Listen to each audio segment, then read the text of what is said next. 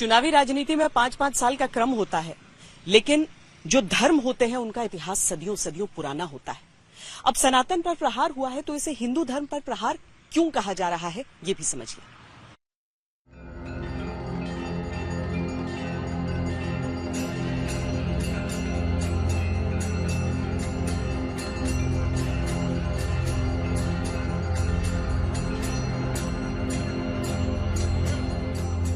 सनातन ये है कि सदैव सबसे प्रेम करना सिखाया है। सनातन ये है कि सबको फलने फूलने का अधिकार दिया है। सनातन ये है कि कभी किसी के ऊपर हाथ नहीं उठाया है। सनातन ये है कि आज तक हिंदुस्तान भारत देश किसी के ऊपर आक्रमण नहीं किया है। सनातन ये सिखाता है हमको कि वसुधैव कुटुंबकम के साथ, विश्व बंधुत्व के साथ पूरा संसार हमारा परिवार है।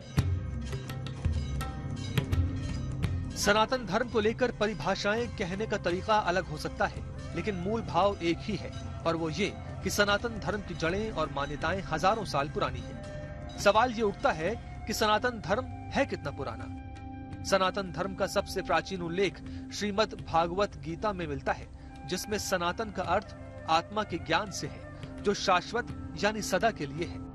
हिंदू मान्यताओं के अनुसार सनातन धर्म को ही हिंदू धर्म या वैदिक धर्म भी कहा जाता है।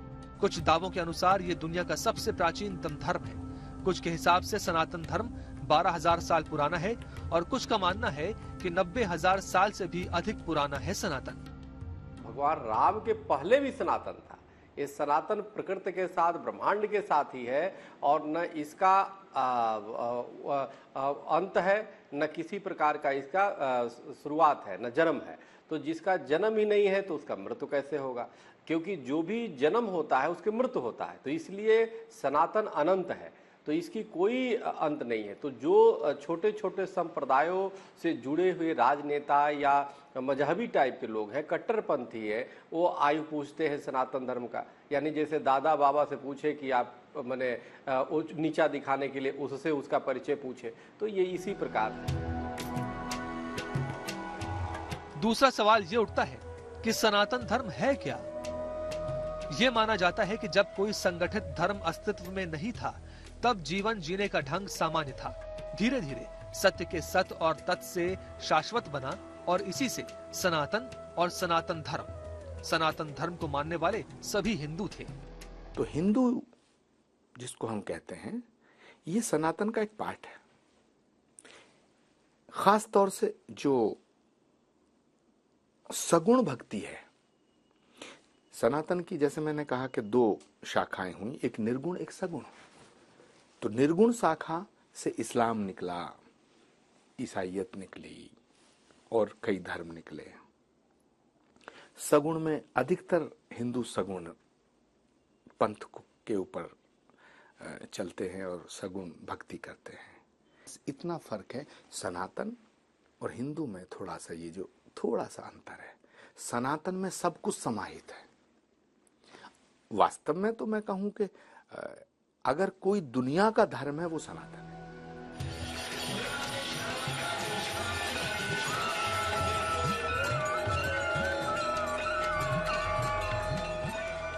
सवाल नंबर 3 ये है कि सनातन और हिंदू धर्म में क्या समानता है।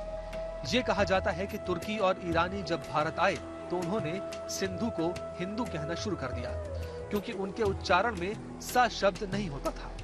इस हिसाब से यहाँ रहने वाले हिंदू हो गए, यानी सनातन को मानने वाले ही हिंदू हुए और उनका धर्म ही हिंदू धर्म होता चला गया। यानी सिर्फ शब्दों का फेर है, मूल अर्थ एक ही है। सनातन धर्म को ही कुछ लोग हिंदू धर्म कहते हैं। ऐसा बिल्कुल नहीं है। हिंदू कोई धर्म नहीं है। हिंदू एक विचारधारा है, एक जाति है, जिसको हम हिंद नदी के किनारे रहने वाले समस्त लोगों को हम हिंदू कहते हैं। तो हमारा धर्म जो है वो प्राचीनतम पुराना वो सनातन धर्म है, शाश्वत है, जिसमें कोई परिवर्तन होने वाला नहीं है, जो नवीन है और सबके कल्याण की भावना रखता है। यह है सनातन धर्म। सनातन पर जैसे जैसे संग्राम बढ़ा, वैसे वैसे विवाद का दायरा भी बढ़ता जा रहा है। सनातन की मान्यताओं को धर्म की तरफ धारण करने वाले नाराज हैं। सनातन और हिंदू को अलग अलग करके अलग अलग अंतर भी समझाए जा रहे हैं। ये सनातन धर्म आज से चलने वाला धर्म है जिस धर्म को ऋषि महर्षि लोग मानते थे, देवी देवताओं की पूजा करते थे, वही है सनातन धर्म। और उसी धर्म से निकला हुआ हिंदू धर्म है। हिनति दोषान, जैसे हिंदू अपने दुर्गुणों को हटा करके सद्गुण को जो ग्रहण करता है उसको हिंदू कहते हैं। और उपासना के दृष्टिकोण से जो राम कृष्ण विष्णु और जितने भी अवतारिक पुरुष हैं उनका जो सम्मान करते हैं, उनकी जो पूजा करते हैं, वो सब के सब हिंदू हैं। देखा जाए तो धर्म और राजनीति समाज के दो अलग पहलू हैं। राजनीति सार्वजनिक होती है और धर्म व्यक्तिगत। लेकिन 2024 का चुनावी रण सामने है तो सारे अंतर मिट चुके हैं। धर्म ही राजनीति है और धर्म की राजनीति ही कर्म है।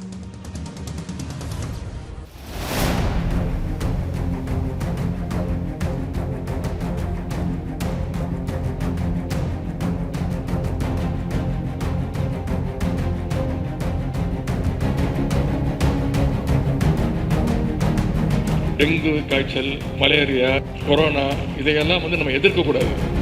Hindu religion is the biggest menace not only to India, now it becomes सनातन विरोध की परिपाटी के बीज 100 साल से भी पहले बोए गए थे। इसके पीछे वैचारिक और व्यवहारिक दोनों तरह का मतभेद शामिल था।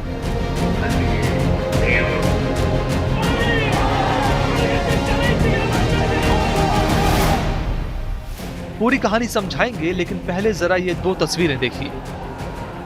एक तरफ AIADMK की नेता और तमिलनाडु की जयललिता का अंतिम संस्कार है, दूसरी तरफ DMK नेता और पूर्व मुख्यमंत्री करुणानिधि का अंतिम संस्कार है। दोनों के नाम हिंदुओं जैसे हैं, लेकिन दोनों की अंत्येष्टि दफना कर की गई। दोनों की अंत्येष्टि दाह संस्कार के जरिए न करके दफनाकर इसलिए की गई क्योंकि दोनों नेता तमिलनाडु के बहुचर्चित द्रविड़ मूवमेंट से जुड़े रहे। द्रविड़ मूवमेंट किसी भी हिंदूवादी प्रथा जिसे ब्राह्मणवाद से जोड़कर देखती है उसका विरोध करता है। इसलिए दाह संस्कार की जगह दफनाया गया दोनों नेताओं को। पेरियार ने धर्म के प्रतीकों के प्रति जितने भी मैं कहूँगा कि भद्रता के मानकों से नीचे जाके कार्य किया। हिंदू प्रतीकों, हिंदू आस्था, हिंदू नायकों पर बहुत ही घृणित तरीके से प्रचार किया और अपने व्यक्तिगत जीवन में भी उन्होंने जिन आचरणों का सामने रखा दृष्टांत, वो निश्चित तौर पे सनातन के पक्ष नहीं थे कहीं से भी।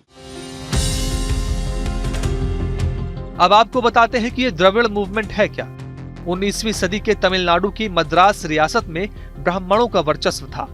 1850 के आते आते तेलुगु और तमिल ब्राह्मण, जो आबादी का सिर्फ 3.2% थे, उनका शासन प्रशासन में काफी दबदबा हो गया।